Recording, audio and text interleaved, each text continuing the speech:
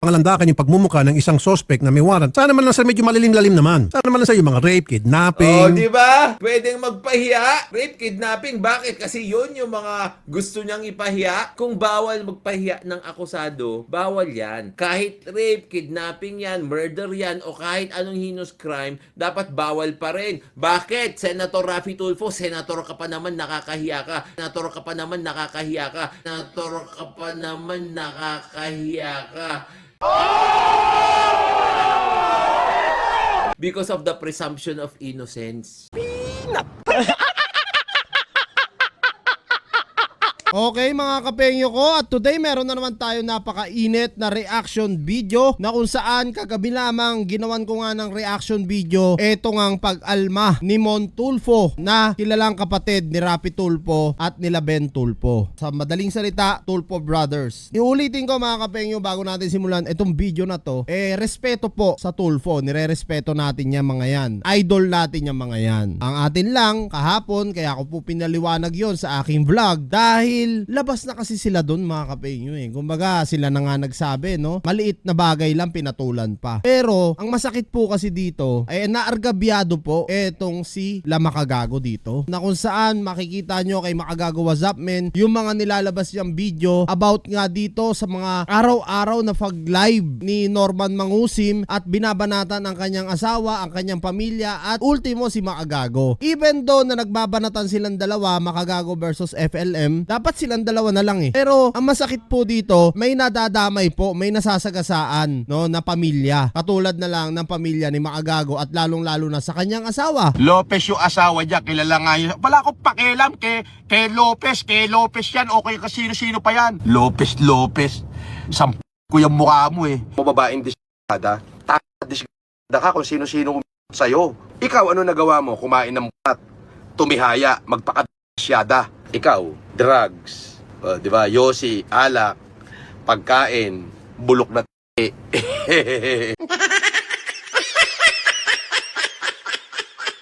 Natural, gaganti si Makagago, magdidemanda para i-counter nga etong kabalbalan na ginagawa ni Mangusim, na kung saan pinapahiya niya, kaya nga po nagkaroon ng kaso yan na unjust vexation. So dito, minaliit po ito neto ni Mon Tulfo at eto ni Raffy Tulfo na sinasabi nga nila parang naging circus at parang kinampihan ng PNP or CIDG eto ngang si Makagago. At tara mga kapengyo, sabay-sabay nga natin panoorin kung paano nga po in-explain yan ni Attorney Libayan, na kung saan sobrang saludo po ako sa attorney na ito at meron pong naglakas loob no, na tumayo para sumagot dito sa mga sinasabi ni Raffy Tulfo sa pag-interview nga niya dito kay Ralph Calinisan. At tara mga kapengyo, sabay-sabay natin panoorin yan. Commissioner Rafael Vicente Calinisan, Vice Chairperson, Executive Officer, NAPOLCOM. Magandang hapon po, Commissioner Calinisan, sir. Sir Raffy, magandang hapon po. More power po sa inyo, sir. Thank you po, sir. Several times ago, dito po sa Wanted sa radyo, meron po kami mga suspect na na-issue na po ng warrant, and yung kasalanan ng mga suspect nito ay, kung hindi ako nagkakamali, rape with homicide. And a warrant of arrest has been issued already, and I asked the PNP at that time, major pa ata yun, yung rango, yung isa naman colonel, kung pwede mabigyan kami ng kopya nung warrant at picture nung suspect para naman may flash namin for awareness purposes para yung mga Tignan mo ito mga kabatas natin, sinasabi niya na hindi siya special. Dapat siya yung special. Dapat siya lagi yung nangunguna sa lahat. Ito, ganyan si Tulfo. Mga kabatas natin, gusto niya siya lang yung special. So parang pinalalabas kasi dito ni Senator Raffy, mga kapengyo, no, na kung saan sila rin, naghain din sila ng petisyon o ng reklamo dito sa NAPOLCOM or PNP or CIDG, na kung saan parang binaliwala sila. Kaya sinasabi dito ni Attorney Libayan na parang gusto nga neto ni Senator Raffy Tulfo, programa niya yung espesyal. Ito po talagang nire-reactionan lang natin mga kapengyo, no, na kung saan kung ano yung sinasabi ni Attorney Libayan dito, siya rin pong pinapaliwanag ko sa inyo para po maunawaan ng ibang mga tao. Kasi nagtataka yung ibang tao kasi nga dahil doon sa sinabi ni Mangusim na ang unjust vexation lang ang kaso ko, pero kung ipahiya nyo ako, ang sinasabi po dito ni Attorney Libayan, talagang kahit pa anong kaso yan mga kapengyo, kahit pa pumatay ka, unjust vexation, lahat po yan crime. Lahat po yan pantay-pantay. Kung ang sinasabi mo, wag na lang nalang magpahiya ng tao, dapat lahat yun, wag na lang ipahiya. Kasi kung sasabihin natin, doon sa pagpatay, yun pinahiya mo, o ganyan-ganyan, kasi nga mabigat ang kaso. Pero pare-parehas pa rin pong crime eh. Kahit po saan natin balibalik ta rin. Malalaman nila na ito pala ay ng rape at ito pala ay pinaghahanap, pwedeng tulungan yung ating PNP.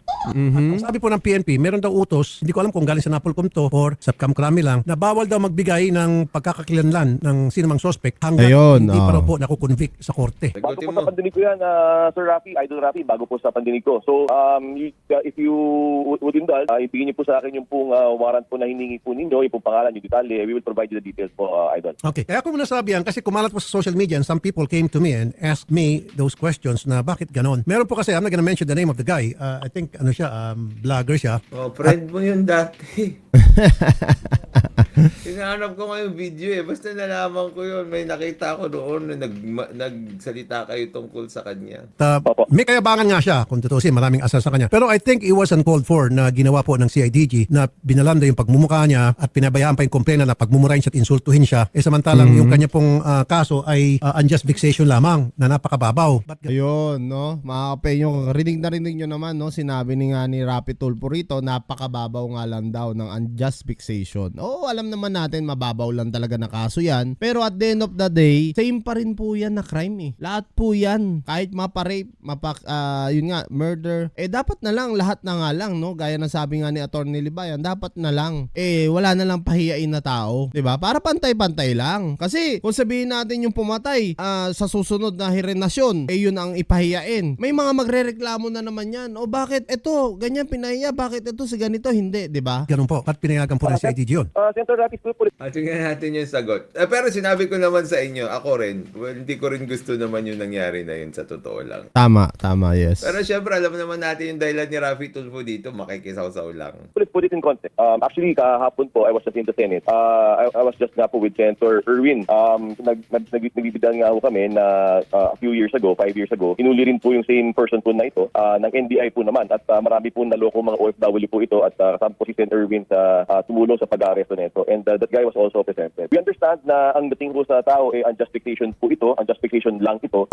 And of course, we are protecting also the identities of people. However, Senator Rafi, siguro alam pa lang naman po natin sino yung tao pinag-uusapan dito. And all of his offenses to the public are extremely public. And siguro po, while there are issues, totoo lang po, meron nga po mga issues po na maaaring mapag-usapan at mapagdebatihan. But at the end of the day, Senator Rafi, mahaba po listahan nito. Kung susumahin po natin, meron pong human trafficking dito, sa namakmak po na estafa cases, mga OFWs po natin, ang pinapahamak po nito, yung po hard-earned money po ng ating mga kapwa Pilipino, disrespect for institution, use of the uniform, pagpapahiya. Daming kaso, pero bakit Dami.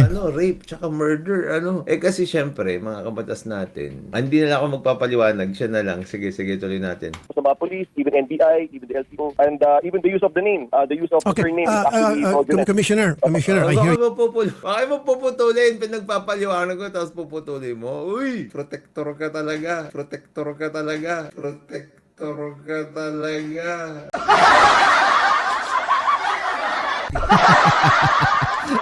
Ni-real talk ni Atty. Libayan na protector ka talaga. Ito yung point ko. Kasi I was really disappointed and I think the taong bayan was shortchanged. Kasi nga po, ulitin ko, nung dito sa programa, ilang beses in fact naghihirap Sabi na ko ako sa dyan. iyo personal yung vendetta niya dyan. Oo. Hindi Programa dahil niya. sa gusto niya ng fair treatment. Ako gusto ko ng fair treatment. Di ba? Walang problema. Kasi lahat sila sinabi ko, ayoko ng ganyan. Itong si Rafi Tulfo, ayaw niya ng ganyan kasi hindi siya yung gumawa o hindi siya Yun. yung nakagawa o Tumpak. hindi siya yung una, hindi siya yung nakascoop, hindi siya yung nagpalabas ng mukha. Nagets nyo kung ano gusto niya mangyari. Kaya sinasabi niya lagi sa programa ko.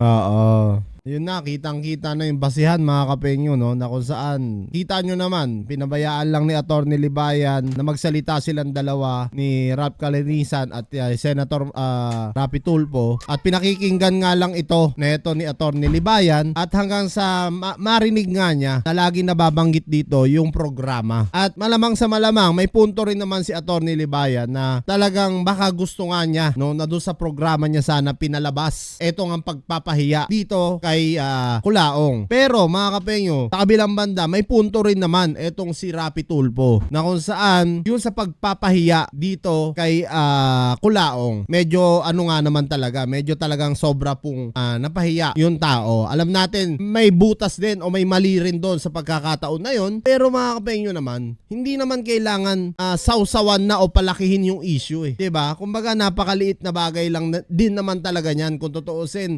Si Senator Rapi lang, kung siya lang ang kumilos diyan, marami pong pwedeng magawa eh. 'Di ba? Hindi na kailangan na palakihin ng ganito. So tuloy, ang dami talaga nagagalit ngayon, no? Dito kay Senator Rapi. Yan yung aim niya dyan. Oo, totoo 'yun. Dapat siya lang yung gumagawa ng ganyan. Siya lang yung nagpapahiya ng tao. Yes. Yung tao na yung nagpapahiya, wait, Yes. agawan mo ako ng trabaho. Tama. Kasi nga po, ulitin ko, nung dito sa programa, ilang beses in fact, nag-hearing pa nga ako dyan. Oh, Humingi programa ako ng na picture, naman. Warrant of arrest ng isang suspect na yun po ay nang rape at pumatay at pinagkakaitan sa akin ng PNP.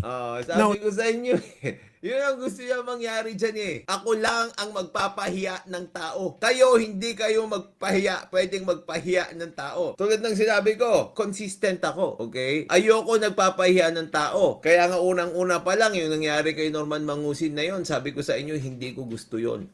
Whatever their purpose is, hindi ko gusto yun. Pero si Rafi Tulfo, hindi niya gusto yun dahil hindi siya yung nakagawa nun. Tama. Hindi siya nakapagpahiya. Very well said, Attorney Libayan. No? Napakaganda rin po na mensahe dito ni Attorney Libayan patungo nga dito kay Rapi Tulfo, kay Senator Rapi Tulfo. At talagang may punto eh. Parang ang gusto kasi ni Sen, sa programa niya talaga mapalabas ito. Parang yun yung parang yun yung point nung pagrereklamo niya dahil nga ang kinaiinis niya, no, bakit nga raw ipinahiya etong si Norman Mangusim, gayon meron pang mas mabibigat na kaso, hindi lang unjust vexation. Parang yun yung kanyang punto eh. Pero ang sinasabi naman ni Attorney rito, talagang ang gusto kasi mangyari ni Rapi Tulfo, kaya sinasabi niya palagi yung programa dahil nga gusto niya na mapalabas sa kanya sana at siya yung makapagpahiya. No, parang kumbaga sa madaling salita para siya ang bida. Ang galing, di ba? Oo. Paano? How will you expect anything fair from Rafi Tulfo na dapat siya lang yung gagawa ng mali sa tingin niya, mali. Mali, tama. Kasi sa totoo lang ako, solid fan din ako ng Rapi Tulfo in action. Yan mga kapengyo, lagi ko yan sinasabi sa mga vlog ko. At napapanood ko po doon kung paano po mang pahiya rin etong si Senator Rapi Tulfo. Meron yung mga halagang 500, yung mga maliliit na tao lang din. Kung pahiyain talaga ni Rapi Tulfo, sobrang ganun-ganun na lang. Kahit kayo, yung mga nakakanood, talagang makikita nyo yan, no? So parang ang point dito ni Attorney Libayan, ang gusto kasi niya mangyari, siya lang yung makapagpahiya ng tao. Kumbaga, kung sa programa niya sana yan nangyari, wala pong circus, walang issue po na mangyayaring ganito sana. So, sir, kung gusto ng PNP, ng CIDG, mag-press con, Tama yung sinabi ni Baki. Gusto sa channel niya yung views. Gusto sa channel Totoo niya yung yun. views. Totoo yun, mga kapengyo. Huwag niyo kalimutan mag-like mga kabatas natin kasi magdi-dislike yung mga Tulfo fanatics dyan. pangalandakan yung pagmumukha ng isang suspect na may warrant. Sana naman lang sa medyo malalim-lalim naman. Sana naman lang sa yung mga rape, kidnapping. Oh, di ba? Pwedeng magpahiya. Rape, kidnapping. Bakit? Kasi yun yung mga gusto niyang ipahiya. Tama. Kung bawal magpahiya ng akusado, bawal yan. Kahit Tama. rape, kidnapping yan, murder yan, o kahit anong heinous crime, dapat bawal pa rin. Bakit? Senator Rafi Tulfo, senator ka pa naman, nakakahiya ka because of the Aray. presumption of innocence. Aray, ni-real talk ni Attorney Libayan doon, mga kapengyo. Ano kaya magiging sagot din ni Senator Rapi Tulfo dito kay Attorney Libayan?